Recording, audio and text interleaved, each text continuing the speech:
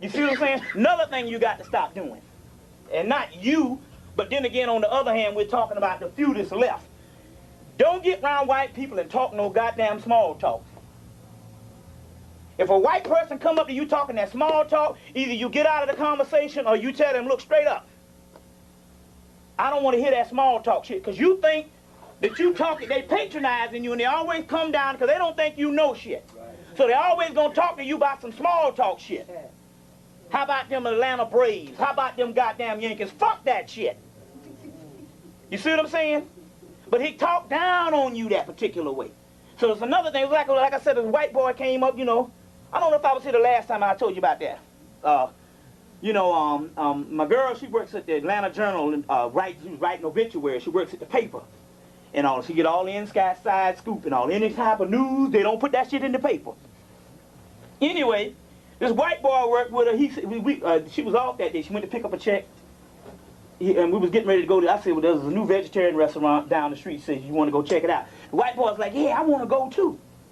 So we was like, cool, he's supposed to be this, you know, white boy, sunflower kid from Berkeley. You know, they go to school naked, go sit up in the class naked. They don't eat no damn meat, and they don't wear no leather shoes. You know, all that old let-live shit, and everybody, and this beautiful shit. So I go down, so for the mere fact that she's telling me he into all this radical liberalism, I said, well, come on, I'm gonna go, you know. So we go down to the thing and we start talking, and he's all just talking small talk about the job. Yeah, you know, and so and so. And I'm like, wait a minute. So sooner or later, I got on all this stuff. I knew he gonna get into a conversation. Yeah, but I heard the Egyptians was doing brain surgery, you know, years ago. And I said, okay, now that's a damn entry, because sooner or later I was gonna put it on his ass anyway. You ain't gonna sit up here and talk to me about no bullshit. But before I was getting ready to bust in, but since he did it anyway, I said, okay, boom. He came in and we started talking. And all right, and I said, I'm going to lead to some stuff, because I know he's going to try to challenge me, because first of all, they always think that you're ignorant. I don't care how much education you got. So I was saying, you know, so I said, you know, the Western man, the problem with the Western man is he thinks that primitive means stupid, and primitive just means primal. And I say the only reason why he thinks it's stupid because he's the one that's actually stupid. I kept saying the Western man, you know, that's the same thing as saying the white man.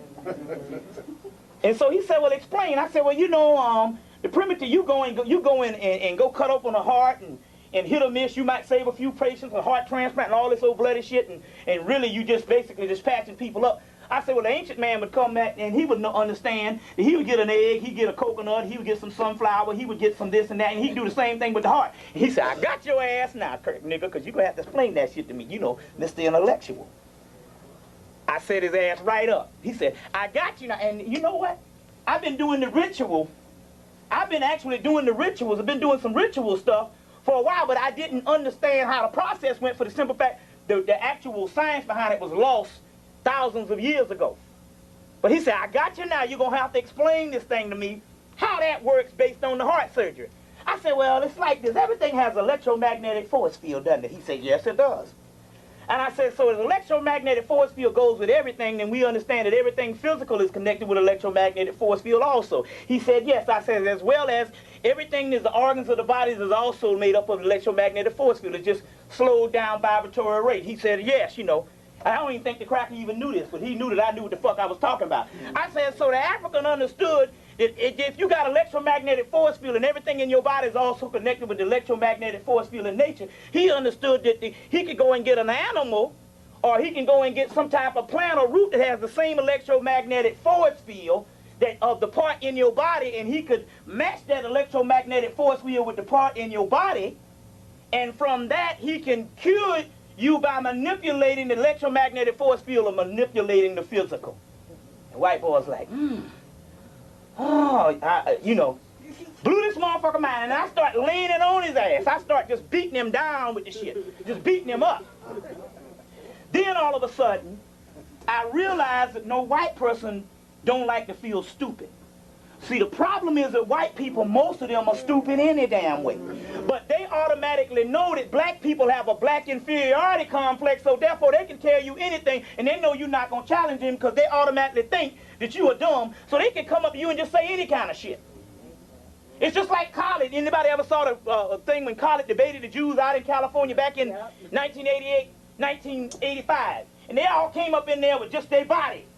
All the Jewish race and so and so, and he came in with books and beat up on them. He said, hey man, he said, you don't even come up in here running off at the damn mouth. But they figure because these are black people, and because I'm white, I can come and say anything because it's accepted. You see what I'm saying? Because it's accepted. You see where I'm coming from? So that's the key right now is they now, and plus the thing about it is this is not the perception based on black people that didn't have an education. They know that the average black person with a college education, you always are going to cater to him because you feel inferior. Hello. Always grinning and shit. So I say, I see this girl. She works up in the law. I think the girl is a damn lawyer. I see this girl every damn day. Beautiful black girl. She comes down with these white girls and she always grinning. I'm like, goddamn, shit can't be that funny. Not in the same world I live in.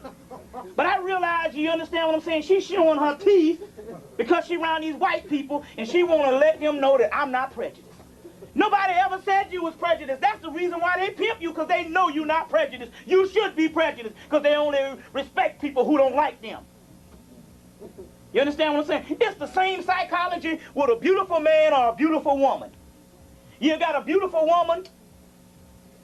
We went to see some sister.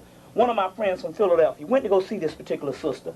This particular sister, he said, I give her all this particular tapes and I give her all this particular stuff. And this woman, when she see me, the only thing she want to know is, where's my tapes? He said that it's almost like I'm not even a human being. And the problem is this woman, I saw this woman is in her late 50s. And this mug here, shit, she make a damn 19-year-old bent over backwards in her late 50s. So you know when she was 19, this mug had to be an awesome smoker. But the problem is, she's had that attention all her life, that she's beautiful, and people always treated her different because she's beautiful, so she only respects a motherfucker who don't give a shit about him. That's how goddamn white people are when it come to you. They don't like your ass, not unless you got something to offer by not liking them. So the key is it's wrong to even accept them as your fucking friend, because they don't respect that shit. You see what I'm coming from? So that's the key on it right now.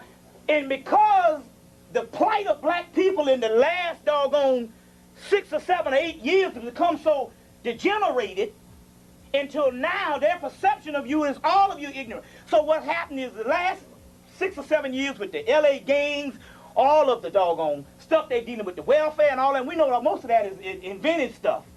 But my point is it has not helped the perception of you people, you understand what I'm saying, around white people, period. So therefore, if your image is damaged, then you are always in a state of repairing your image, and you can't let this motherfucker off the hook. You understand what I'm saying? By not letting him know you know something. Even if you don't know something, you just stand there and look at the motherfucker like, you know, I don't like you. He's saying, oh, that's one that knows. That's the whole, you know, even if you don't know shit, even if you just have the appearance of, I'm not dignifying your motherfucking white ass. He'll say that's one that knows, and they will buck dance to you. They'll bow down to you. But the key is you got to quit this particular stuff for the simple fact they think that we are inferior. Another point, now I'll get off that, but case in point, last week, I'm at this exclusive mall, Lenox Square Mall, one of the most exclusive malls on the East Coast. So we at the mall, we go catch the train to go down to the other train station, because you can park at one train station. This one they charge. So we going to go get to the car. We're sitting in the train station. This white boy see 3 college girls sitting there. And he's talking about language, English, about how his mama taught him how to speak English and all this type of thing, and you're always supposed to speak this particular way. And I thought that basically, he said I'm from the South, but yet I sound like I'm from someplace else. So I thought that this was one of these anal crackers that just was in on that old English shit. But into the conversation, I realized that he literally was talking about black people, and he said, well, and he said, it's about this laziness, and you got to learn how to speak and all this kind of thing. I said, that don't sound like white people he talking about, that old lazy shit. Then he said, well, most Africans sound better because they have better education than black people over here. And I stood, I said, oh, hold the fuck up. Wait a minute, I got to get up. And it was a bunch of white people there and all. And I said, wait a minute, hold on, first of all. And I said, no, I'm not going to even play this cracker this way by coming